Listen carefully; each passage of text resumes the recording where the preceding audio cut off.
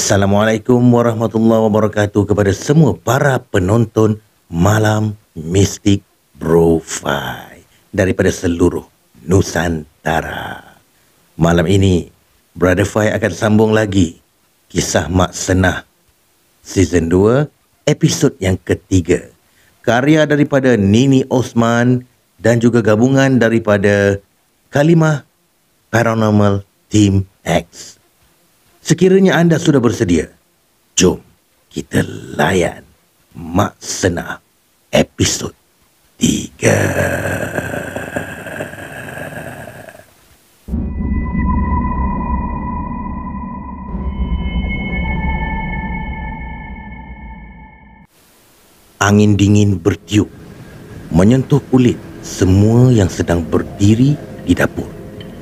Leman sudah bergetar satu badan kerana terlalu takut sehingga mukanya dibasahi dengan peluh jantan.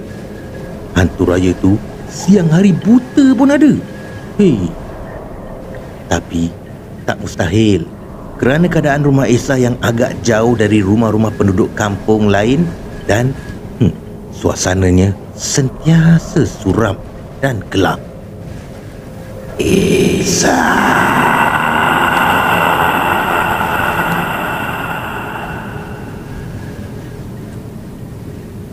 Iblis itu memanggil nama Esa. Kerana inilah Tok Guru Smail menyuruh Esa tinggal di rumah bersama Kak Miza. Fikiran Esa bila-bila masa boleh dipengaruhi dengan hasutan hantu raya yang mahu menjadikannya sebagai tuan baru. Tok Guru Smail tidak akan membiarkan ia berlaku dan dia akan memastikan iblis itu berambus buat selama-lamanya. Esa.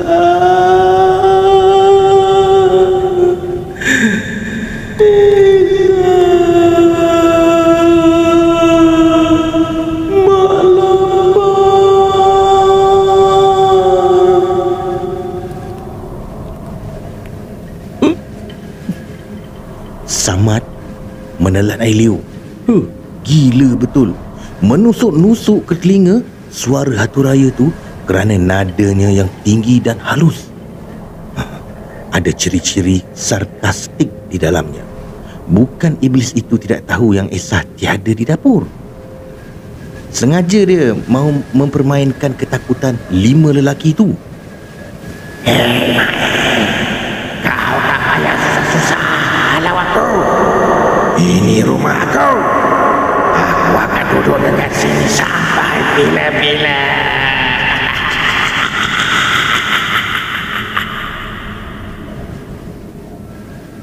Tok Ketua memandang Tok Guru. Tok Guru hanya mendiamkan diri saja. Ibrahim mencuit tangan Samad. Macam mana ni? Dia berbisik. Samad menjengkit bahu. Leman mengelap peluh yang merenik-renik di tengkuk. Bila nak cabut ni? Dia sudah mahu pitam sebenarnya. Sekarang tak pasal-pasal dia pula yang terbongkang di dapur dengan lidah terjelir. Kalau ikutkan dia, tadi lagi dia dah terjun ikut tingkat dapur. Tok Guru Smail memberi isyarat supaya keluar ikut pintu dapur. Kali ni, dia tidak akan berbuat apa-apa kerana dia akan mengusirnya mulai esok hari. Cuma dia akan memagar kawasan rumah tersebut supaya hantu raya tu tak boleh mengganggu orang-orang kampung selepas ini. Kau dah kenapa? Ibrahim menyoal Leman yang sudah keras kejung seperti ayam sejuk beku. Mengganggu laluan betul. Im, tolong aku, Im. Kaki aku tak boleh gerak. Leman mengetak bibir. Tiba-tiba saja dia tak boleh bergerak. Buat hal sungguh. Tok Ketua menepuk dahi. Aduh. Leman. Samad dengan Ibrahim membawa Leman seperti membawa kijang yang bakal dibakar. Itu saja caranya. Takkan nak dokong macam baby pula kan? Mereka berlima masuk ke dalam kereta Tok Ketua sejurus keluar dari rumah desa itu. Enjin dihidupkan, namun mereka tidak segera beredar. Tok Guru Ismail mahu memerhatikan rumah tersebut dari luar selama beberapa minit. "Tu, sejuknya ikon kereta tu," Leman komplain. Sengaja hari tu dia memakai baju berlengan panjang dengan seluar kain tebal kerana dia sudah dapat mengagak mereka akan ke rumah Esa. Dia kalau dah takut pasti akan menggigil. Nasib baiklah sekarang ni dia lebih bijak mengawal rasa nak pingsannya. Bukan apa, risau jika mereka meninggalkannya di situ saja kerana malas nak memapahnya pulang. Aku tak on aircon pun, Tok Ketua membalas. Fahamlah Leman, yang sejuknya tu bukannya pasal aircon. Dia memandang rakan-rakannya yang turut duduk di belakang. Samad dengan Ibrahim sedang sibuk terintai-intai keluar jendela. Jendela kereta lah ya. Entah apa yang dilihat mereka. Leman menelan air liur. Sepatutnya dia duduk di tengah-tengah tadi. Dibuatnya hantu raya tu menyapa di jendela. Tak ke haru? Tok Ketua berkata perlahan. Dia tahu yang Tok Guru Ismail turut melihat apa yang dilihat. Pintu utama yang tertutup tiba-tiba terbuka perlahan-lahan.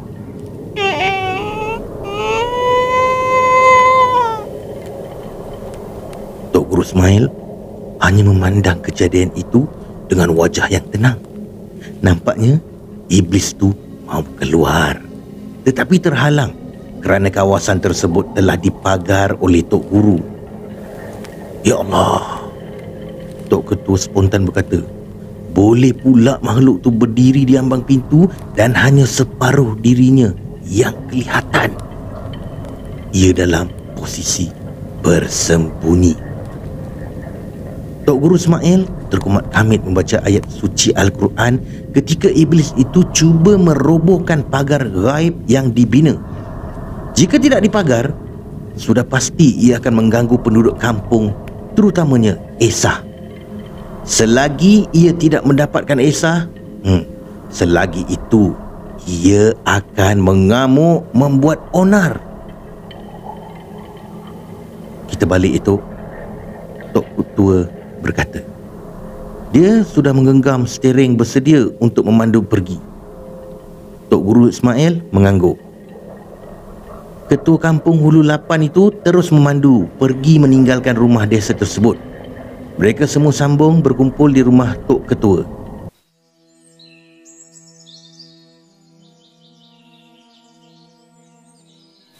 Esa, duduk dengan kami ya buat sementara waktu ni. Bahaya sorang-sorang dekat sana, Kak Mizah berkata. Esa jadi bersalah. Dia sebenarnya tidak suka menyusahkan sesiapa, tetapi pada masa yang sama juga dia takut untuk pulang ke rumah. Belaan arwah Mak Senah sudah kembali dan sedang memburunya. Dia tidak mahu menjadi tuan kepada hantu raya itu. Tak apa ke Kak? Esa memandang Kak Mizah. Isteri Tok Ketua menggosok-gosok belakang Esa sambil melemparkan senyuman.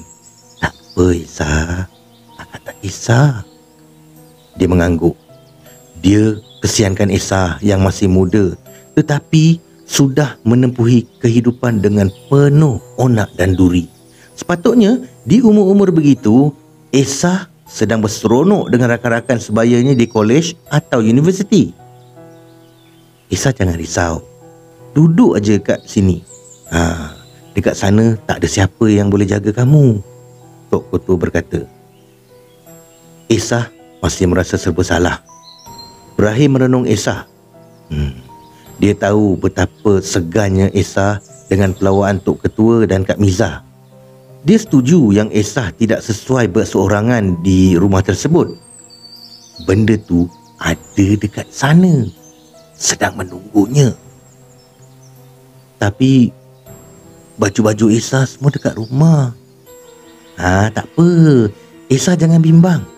Dekat rumah ni banyak baju. Nanti akak sediakan untuk Esa,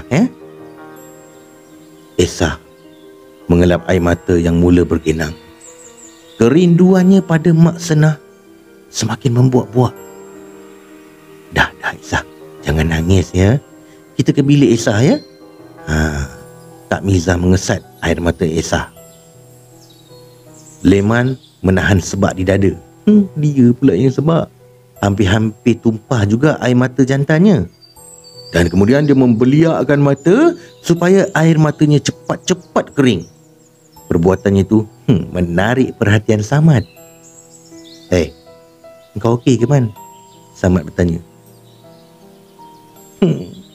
Habislah mak aku masak tadi tu. Aku muntah tadilah. Leman berbalas. Ada nada tak puas hatilah tadi kan. Malam ni lepas maghrib, saya nak ke kawasan hutan tu. Tok Guru Ismail berkata setelah keadaan menjadi sedikit tenang. Tempat yang Tok tanamkan botol tu ke? Ibrahim bertanya. Tok Guru Ismail mengangguk. Tertelan air liur Leman mendengarnya. Saya pergi dengan Tok lah, Tok Ketua berkata. Tok Guru Ismail mengangguk sambil tersenyum. Kamu bertiga pun sama Tok Ketua memandang Samad, Leman dengan Ibrahim. Samad dengan Ibrahim tersengih macam kerang busuk. Keduanya mengangguk faham. Leman pula asyik tergaru-garu. Kamu, Man? Tergaru-garu macam kera kena belacan. Kenapa? Tegur Tok Ketua. Suka betul mengusik si Leman ni. Pemuda paling penakut dalam kampung sebenarnya si Leman ni. Tiba-tiba pula saya rasa nak demam tu. Leman memberi alasan. Tok Ketua mencebik lah. Malam ni kita jumpa dekat sini, InsyaAllah. Tok Guru Ismail tersenyum.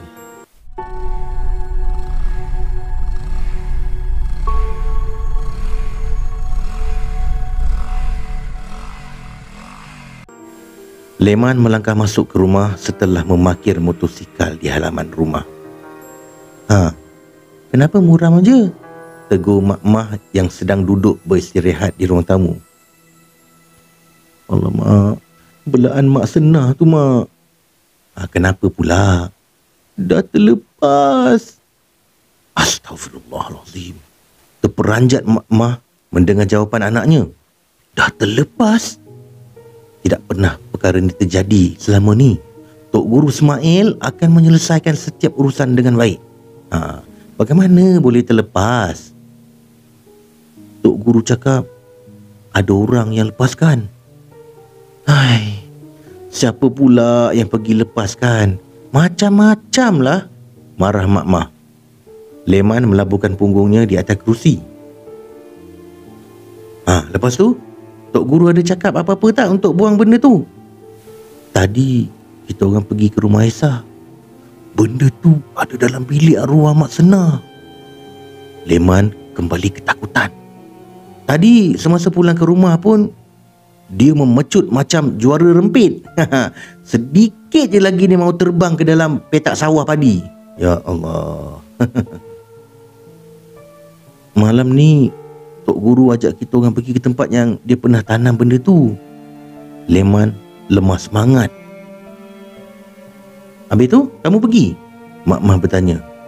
Leman mengangguk je lah. Okey, untuk mengimbas kembali peristiwa 15 minit yang lalu, ada satu dialog.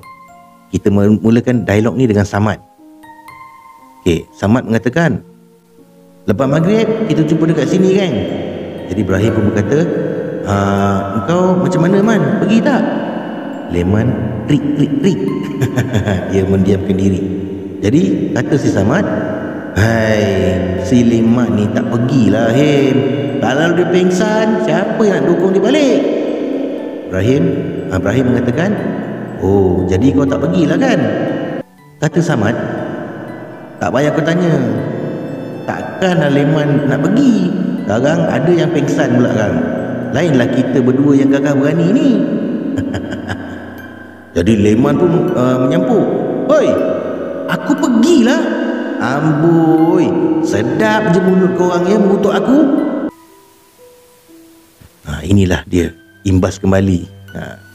Demi maruahnya, sebagai seorang lelaki, dia menyahut cabaran itu. Tak guna punya kawan. Habis tu, pukul berapa nak ke sana? Mak Mah menghentikan lamunan si Leman. Lepas maghrib, Mak. Mak Mah mengangguk. Kemudian, dia khawatir jika hantu raya itu akan mengganggu penduduk kampung. Hatinya kembali tenang apabila Leman mengatakan Tok Guru sudah memagarkan rumah tersebut. Nak ke mana tu? Soal Pak Majid yang baru keluar dari bilik. Mak Mah menceritakan segala-galanya. Bapa nak pergi juga ke nanti? Leman bertanya. Pak Majid menggelengkan kepala. Dia ada urusan penting di masjid selepas maghrib. Leman mengira waktu yang berdetik. Sehinggalah dia selesai solat maghrib. Waktu yang tidak ditunggu-tunggu akhirnya tiba. Enjin motosikal Samad dan Ibrahim bergema di luar. Mereka berdua sudah tiba untuk menjemput Leman. Di atas permintaan Leman, keduanya datang ke situ dan akan bertolak bersama-sama ke rumah Tok Ketua. Mereka semua memakai baju Melayu kerana baru selesai bersolat dan mahu mengelakkan cuaca sejuk apabila di dalam hutan nanti. Tidak mustahil keadaan akan menjadi dingin seperti ketika mereka di rumah Esah pagi tadi. Tok Guru Ismail dengan Tok Ketua sudah menunggu mereka bertiga di halaman rumah. Esah dengan Kak Miza pula sibuk di dalam rumah sebelum bertolak. Tok Guru sempat memagarkan kawasan rumah Tok Ketua untuk tujuan keselamatan. Jadi mereka berlima pun pergilah ke hutan dengan kereta Tok Ketua. Setelah melintasi beberapa kebun dan ladang milik orang-orang kampung, akhirnya mereka sampai di destinasi yang dituju. Lampu hadapan kereta tersuluh tepat ke dalam hutan di hadapan mereka.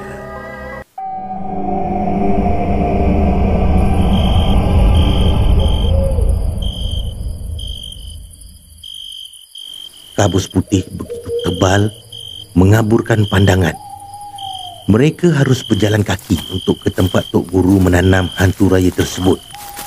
Dengan berbekalkan lampu-lampu suluh bersolusi tinggi, mereka berlima berjalan penuh hati-hati ke dalam hutan. Leman menyuluh ke serata tempat. Ketika dia berjalan, seram sejuk mengeltar, semuanya ada. Dekat sini Tok. Tok Ketua bertanya. Tok Guru Ismail mengangguk. Mereka sudah sampai di tempat yang dimaksudkannya. Tok Guru Ismail menyuluh ke tanah yang berlubang itu dengan lampu suluh yang dipegangnya. Benarlah, ada seseorang yang telah mengorek botol tu dari dalam tanah. Tapi, siapa ya?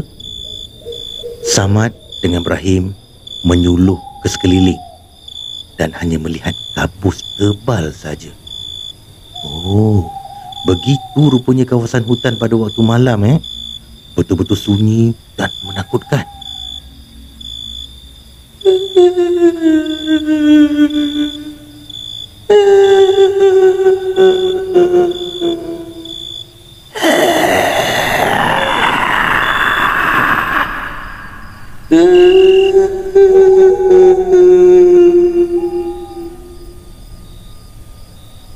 Telinga Tok Guru mendengar sesuatu. Dia mengangkat muka, lalu pandangannya bertemu dengan satu kelibat yang berdiri di balik pohon besar. Astaghfirullahalazim.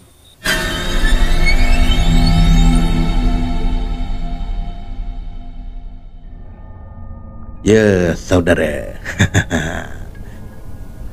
Itulah dia, kisah Mak Sena, episod yang ketiga season 2, kita akan sambung lagi di episod yang keempat pada hari-hari yang lain.